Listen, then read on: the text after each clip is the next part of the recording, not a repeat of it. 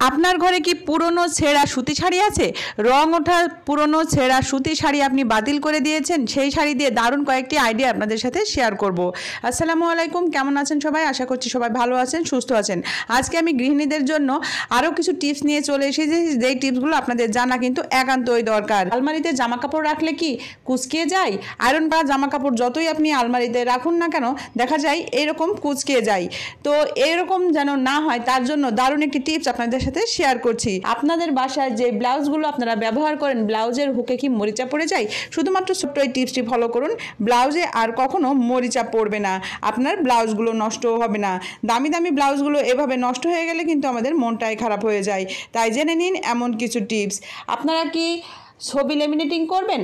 বাজারে যাওয়ার কোনো প্রয়োজন নেই, বাসায় কিন্তু এই ছবি আপনি লেমিনেশন করে নিতে পারবেন খুব সহজেই।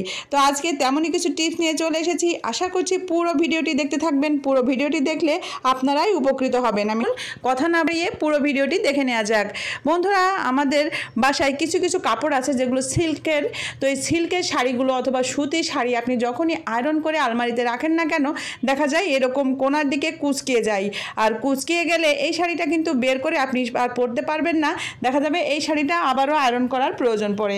বিশেষ করে আলমারিতে যখন অনেকগুলো কাপড় একসঙ্গে রাখা হয়, এই প্রবলেম কিন্তু হয়।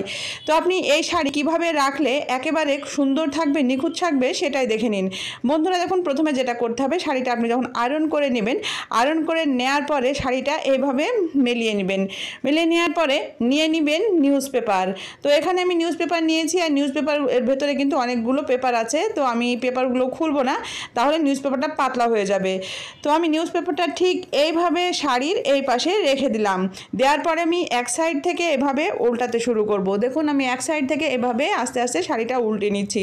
শুধু সিল্কের শাড়ি নয়, সুতি শাড়ির ক্ষেত্রেও কিন্তু এরকম অবশ্যই আপনারা ট্রাই করবেন। তো দেখুন, আমি এইভাবে যতগুলো উল্টানোর দরকার আমি উল্টিয়ে ভাঁজ করে দিলাম, এবং লাস্টে যেটুকু বেঁচে আছে অবশিষ্ট সেটা আমি একটা ভাঁজ দিয়ে এভাবে দিয়ে দিলাম। তো দেখুন, শাড়িটা এখনই মনে হচ্ছে আয়রন করা হলো, একেবারে নিখুঁতভাবে ভাঁজ হয়ে গেছে। এবারে এই শাড়িটা আপনারা ইচ্ছা করলে আরও চিকন করেও ফোল্ড করতে পারেন, তাহলে আলমারিতে জায়গাও লাগবে কম। দেখুন, আমি আরও একটি চিকন করে ভাঁজ করে দিচ্ছি। তো এভাবে যদি আপনারা আলমারিতে যে কোনো সুতি অথবা সিল্কের শাড়ি রেখে দেন, তাহলে দেখবেন কোনো রকম ভাঁজ পড়বে না, কুঁচকাবে না। শাড়িটা আপনি বের করে যখন তখন পরে কোথাও বেরোতে যেতে পারবেন, শাড়িটা আর আয়রন করার ঝামেলা থাকবে না। এবারে চলে যাচ্ছি পরবর্তী টিপসে। আমরা যে সকল ব্লাউজগুলো দেখা যায় রেখে দিই, মাঝে মাঝে ব্যবহার করি, সেই সকল ব্লাউজগুলোর একটা সমস্যা কিন্তু হয়। ছেটের ব্লাউজগুলো কিন্তু আমরা অনেক দাম দিয়ে তৈরি করি, তো এই দামি দামি ব্লাউজগুলো নষ্ট হয়ে গেলে কিন্তু আমাদের খারাপ লাগে। তো আপনি এই ব্লাউজগুলো কিভাবে যত্ন করবেন দেখে নিন। এই ব্লাউজে যে আমরা হুক ব্যবহার করি বা টিপ বোতাম ব্যবহার করি, যেগুলোই করি না কেন, দেখা যায় এই হুকগুলো কিন্তু মরিচা পড়ে যায়। আর আপনি যখন এই হুকগুলো এভাবে রেখে দিবেন আর ব্লাউজটা ভাঁজ করে রাখবেন, দেখা যাবে যে ব্লাউজের এই অন্যান্য জায়গায় এই হুকের মরিচাগুলো লেগে ব্লাউজটা সেখান থেকে কিন্তু ফেটে যাবে বা ছিঁড়ে যাবে। আর মরিচা কিন্তু খুবই খারাপ একটি জিনিস, এটা কাপড়ে লাগলেই কিন্তু সেখান থেকে কাপড়টা পচতে শুরু করে। তো আপনি যদি ছোট্ট একটা টিপস অ্যাপ্লাই করেন, তাহলে কিন্তু সেই সমস্যা হবে না। দেখুন, এখানে নিয়েছি আমি একটি কাগজ, আর কাগজটা ঠিক যেখানে হুকটা আছে হুকটার এপাশ ওপাশ দিয়ে কাভার করে দিচ্ছি। তো দেখুন, আমি কাগজটা ফোল্ড করে নিয়েছি এবং দুই পাশটাই কিন্তু কাভার করে দিয়েছি। দেওয়ার পরে এবারে আমি ব্লাউজটা ঠিক এইভাবে ভাঁজ করে নিব। এখন যদি হুকে মরিচা পড়েও, তবুও কিন্তু ব্লাউজের অন্যান্য জায়গায় লাগার সম্ভাবনা থাকবে না, সেক্ষেত্রে ব্লাউজটা নষ্ট হওয়ারও সম্ভাবনা থাকবে না। আশা করছি এই টিপসটা আপনাদের কাজে দিবে। এবারে চলে যাচ্ছি পরবর্তী টিপসে। অনেক সময় দেখা যায় আমাদের ছবি লেমিনেশন করার দরকার হয়। তো ছবি লেমিনেশন করতে কিন্তু আমাদের বাইরে যাওয়ার প্রয়োজন পড়ে। তো কোনো কারণে আপনি বাইরে যেতে পারছেন না বা ছবিটাও নষ্ট হয়ে যাচ্ছে, কিন্তু ছবিটা আপনাকে যেভাবে হোক লেমিনেশন করতে হবে। তখন আপনি কি করবেন? ঘরে বসেই আপনি কিন্তু খুব সহজে এটি করতে পারবেন। তার জন্য ঘরোয়া একটি টিপস আপনাদের সাথে শেয়ার করছি। বন্ধুরা দেখুন, এখানে আমি শ্যালো টেপ নিয়েছি, আর এরকম মোটা টাইপের শ্যালো টেপ নিতে হবে, অর্থাৎ ছবিটা যতখানি চড়া সেই টাইপের শ্যালো টেপ হলেই হবে। তো এবারে আমি এই শ্যালো টেপটা সুন্দর করে যেন ভাঁজ না পড়ে সেইভাবে ছবির ওপরে দিয়ে দিচ্ছি, দিয়ে হাত দিয়ে একটু এভাবে চেপে দিচ্ছি যেন এর উপরে কোনো ভাঁজ না পড়ে। এবারে আমি আস্তে করে এটা উঠিয়ে নিচ্ছি। উঠিয়ে নেওয়ার পরে ঠিক অপর পাশটাও এইভাবে শ্যালো টেপটা লাগিয়ে দিচ্ছি। দেখুন, এইভাবে লাগিয়ে দিচ্ছি। দেওয়ার পরে অবশিষ্ট মাথার দিকে যেই টেপটুকু আছে আমি এইভাবে একটি কেচির সাহায্যে কেটে দিচ্ছি। বন্ধুরা, ঘরোয়া উপায়ে কিন্তু লেমিনেটিং করা হয়ে গেল, আপনাদের আর বাজারে যেতে হবে না। ঘরে বসেই কিন্তু আপনারা এরকম ছবি যে কোনো সময় লেমিনেশন করে নিতে পারবেন। দেখুন, তো এটা কিন্তু বিপদের সঙ্গী, অর্থাৎ খুবই ইমার্জেন্সি আপনাদের যদি করাই লাগে ঘরোয়া উপায়ে কিন্তু এটা করে নিতে পারবেন। তো এবারে চলে যাচ্ছি পরবর্তী টিপসে। বন্ধুরা, আমরা যখন বাইরে যাই দেখা যায় আমাদের ব্যাগের ভিতরে চাবি অথবা ওষুধপত্র নিয়ে যাই। তো চাবি ওষুধপত্র যখনই আপনি ব্যাগের ভিতরে ছেড়ে দিবেন তখন দেখবেন যে প্রয়োজনীয় সেটা কিন্তু আপনাকে অনেক খোঁজাখুঁজি করতে হয়। তো আমাদের সবার বাসাতেই দেখা যায় যে এরকম চশমা যে বক্সগুলো থাকে আমরা কিন্তু ফেলেই দিই বা কোনো কাজেই লাগাই না। তো এর ভেতরে যদি এই বাড়ির চাবি অথবা যেই ওষুধগুলো আপনি নেবেন এর ভিতরে নিয়ে ব্যাগের ভিতরে নিয়ে নেন, দেখবেন নির্দিষ্ট একটা জায়গায় থেকে যাবে। সেক্ষেত্রে আপনাদের কিন্তু খোঁজাখুঁজির আর কোনো প্রয়োজন পড়বে না। দেখা যায় চাবি খুঁজতে খুঁজতে আমাদের মাথা খারাপ হয়ে যায়, তবুও চাবি খুঁজে পাওয়া যায় না। তো এভাবে যদি এই চশমার বক্সগুলো ইউজ করেন দেখবেন অনেক সুবিধা পাবেন। তো দেখুন, আমি আরও একটি টিপস এখানে শেয়ার করছি। ধরুন আপনি কোথাও 1-2 দিনের জন্য ঘুরতে যাচ্ছেন, তো আপনার সাজুগুজুর হালকা পাতলা কিছু জিনিস নিলেই চলবে। তো একটি নেল পালিশ, একটি লিপস্টিক, একটি চোখের কাজল, একটি মাস্কারা, এরকম যদি ছোটোখাটো কিছু জিনিসপত্র এরকম একটি চশমার বক্সে নিয়ে নেন তাহলে দেখবেন আপনাদের আর ব্যাগের ভিতরে ফেলে রাখলে যে খুঁজে পেতে সমস্যা হয় সেই সমস্যাটাও হবে না, জিনিসপত্রও কিন্তু নষ্ট হওয়ার সম্ভাবনা থাকবে না, এক জায়গায় গোছালো থাকবে। তো এভাবে আপনারা নিয়ে ঘুরতে চলে যাবেন। এবারে চলে যাচ্ছি পরবর্তী টিপসে।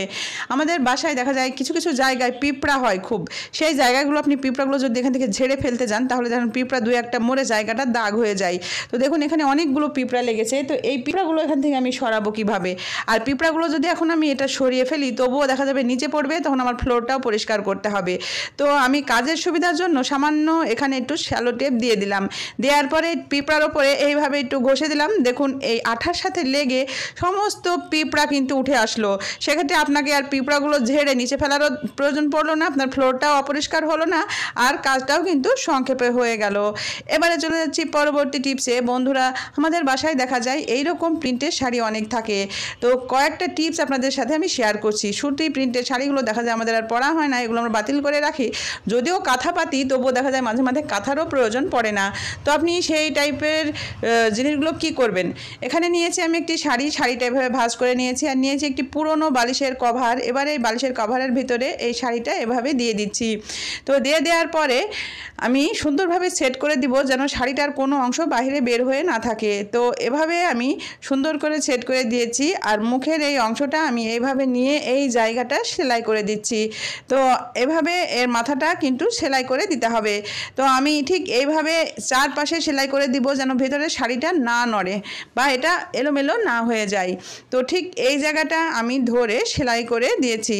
তো সেলাই করে দেওয়ার পরে এটা কি তৈরি হলো? বন্ধুরা, অনেক সময় দেখা যায় আমাদের বাসায় বাচ্চা কাচ্চা ড্রয়িং করে, বিছানার পরে ড্রয়িং করলে দেখা যায় বিছানা নোংরা হয়।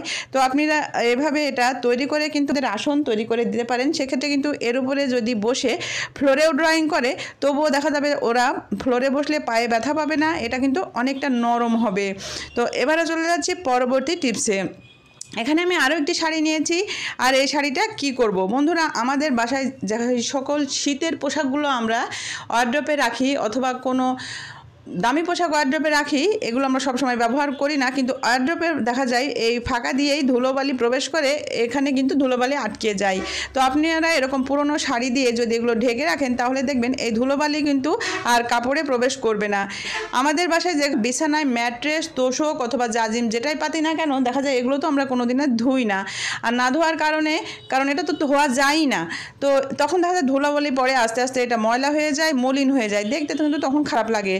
তো এরকম শাড়ি দিয়ে আমরা যদি এর উপরে কাভার তৈরি করে নিই তাহলে দেখবেন এই সমস্যা আর হবে না। তো আশা করছি আজকের এই টিপসগুলো আপনাদের কাজে দেবে। ভিডিওটি যদি আপনাদের কাছে ভালো লাগে, উপকারী মনে হয়, অবশ্যই লাইক দিয়ে দিবেন। আমার চ্যানেলে যারা আজকে নতুন, আমার চ্যানেলটি সাবস্ক্রাইব করে নিতে একেবারেই ভুলবেন না। সবাই ভালো থাকবেন। আল্লাহ হাফেজ।